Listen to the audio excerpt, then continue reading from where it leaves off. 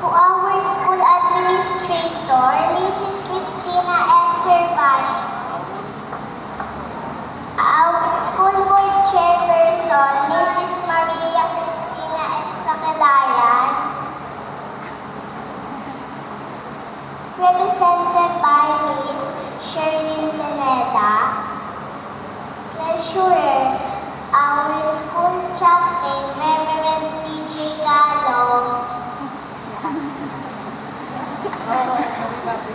our PTA president, Mrs. Hazel Medina, our guest speaker, Dr. Joshua Marcos, our dearest teachers, our loving parents, friends, and visitors, a pleasant good morning to everyone. Today, I am extremely delightful as we are graduating from kindergarten. It is indeed with great joy and pride that I welcome all of you to our moving up and graduation ceremony. We are happy for this first big milestone in our young life. Kinder days were very exciting and challenging. We have grown so much in the past year, learning new things, making new friends, and discovering our unique talents. Kinder days, we have all those first time tying our shoes, first time reading a book, we learned the alphabet, count to 10, and even write our names. But more importantly, we developed into being kind, curious, respectful, creative, happy, and compassionate young children. To our dear teacher, thank you for your love and hard work to educate us. You help us grow in so many ways. We have learned the numbers, alphabets, rhymes, stories, words, and many more. We have learned also the important values like kindness, sharing, empathy, respect, and others. Please believe us, we will continue to strive to do better for our future. To our loving parents, thank you for the incomparable support that you have given us along our way as little learners. Thank you for always being there to guide us and encourage us. You are the ultimate reason why we are here today. To all my classmates and friends, thank you for the shared fun and friendship as we learn our lessons each day.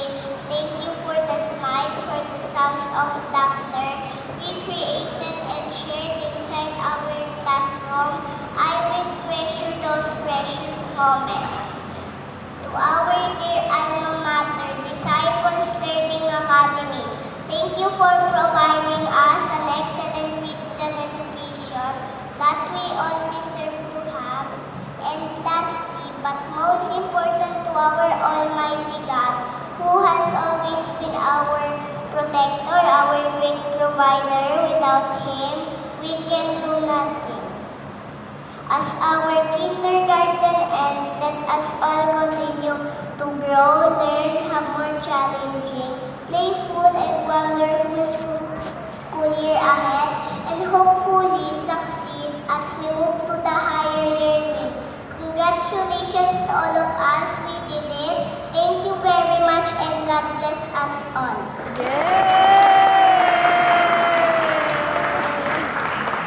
Garcia Isabel M. Awesome Artist Award, Star Reader Award, Quantum Leap Award, Excellent Handwriting Award, Junior Mint Award, Active Adventure